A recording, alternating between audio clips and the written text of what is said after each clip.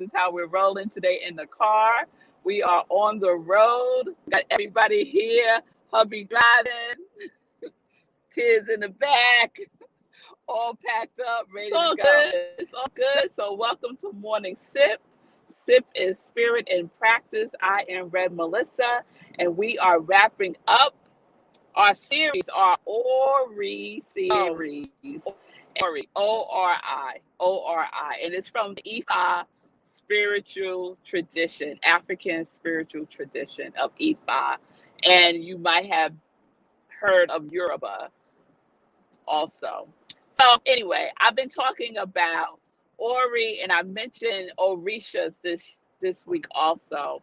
And I kind of been teasing you about the story of how I got reconfirmation of who my Orisha is. And so yesterday I shared that my Orisha is Oshun, right? And she's a powerful Orisha. Nothing can happen without Oshun. Nothing can happen without Oshun because she is the sweet water. You need the sweetness in life, right? She is the honey, yes?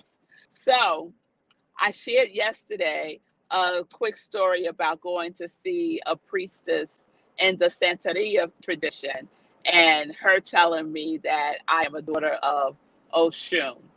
So a number of years ago, I was in Brazil. I was in Bahia, Brazil. It was amazing. And Bahia has held on to a lot of the African traditions. And a lot of it is incorporated and hidden in Catholicism, right? And so the tradition that is practiced in Bahia is candomblé, right? So I was there with a group of executives that head up nonprofit organizations. Back in the day, I used to work at Black Agency Executives, and we would travel the world. And so we went to Bahia, and it was just a life-changing experience for me. So yesterday I shared a poster that I received from this church that we had gone to. Now, mind you, it was a Catholic church, right? So we're looking around and everything is very, very Catholic. But I kept noticing there was these stairs that led up somewhere. And I was curious about like, what is up there, right? Because I felt pulled to this upper room, right? So this woman comes downstairs and she goes like this to me, right? Like, come here, you know? So I go over to her. She does not speak English. She speaks Portuguese. And I follow her up to the upper room. When I get up to the upper room, it's this other room with like 5 women in it, right?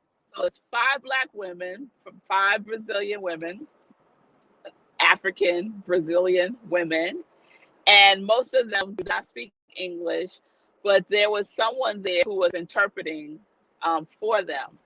So we were talking, we was just having a conversation about why I was there, what was the group, because the group was still downstairs. They hadn't come upstairs yet. And they were very curious about me.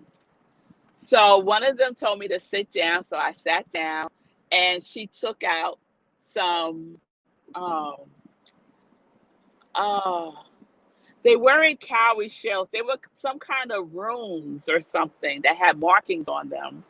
And she just started shaking them and then she tossed them. And she just started looking at them, right? And looking at me and looking at them and looking at me. And then she said, okay. So she said, just like the priestess in Santeria said to me, that I am a dreamer and that I need to pay very close attention to my dreams. She also said that I'm protected, right?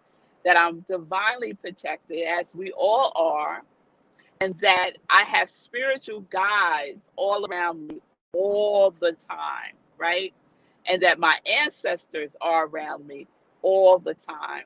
And she started to tell me about 2 particular events in my life where I was in harm's danger and I came out fine.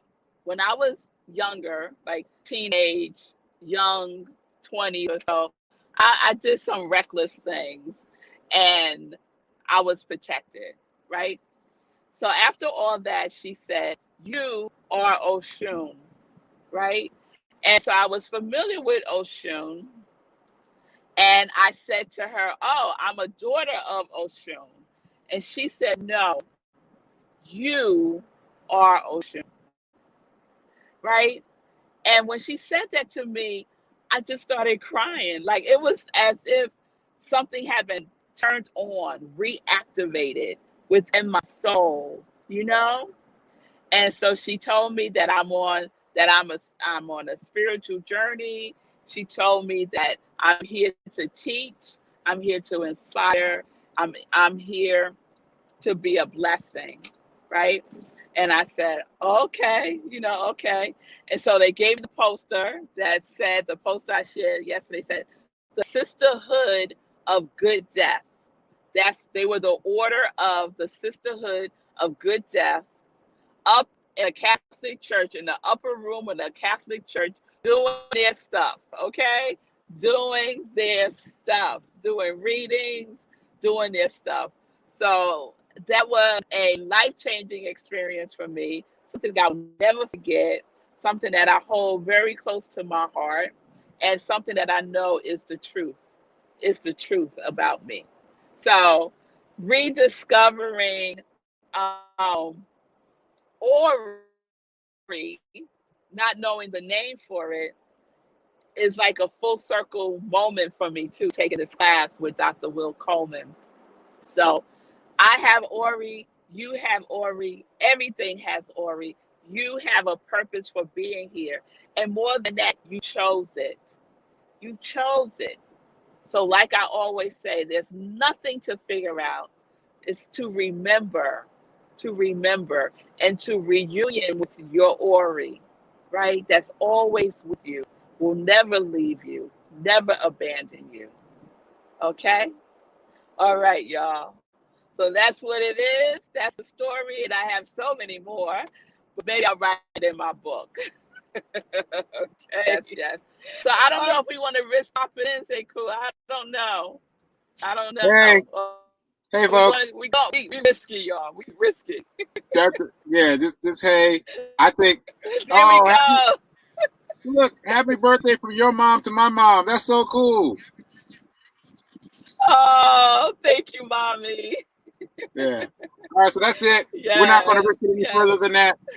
Good one, y'all. Peace and blessings, peace and justice. We're living life in joy, connected to our yes.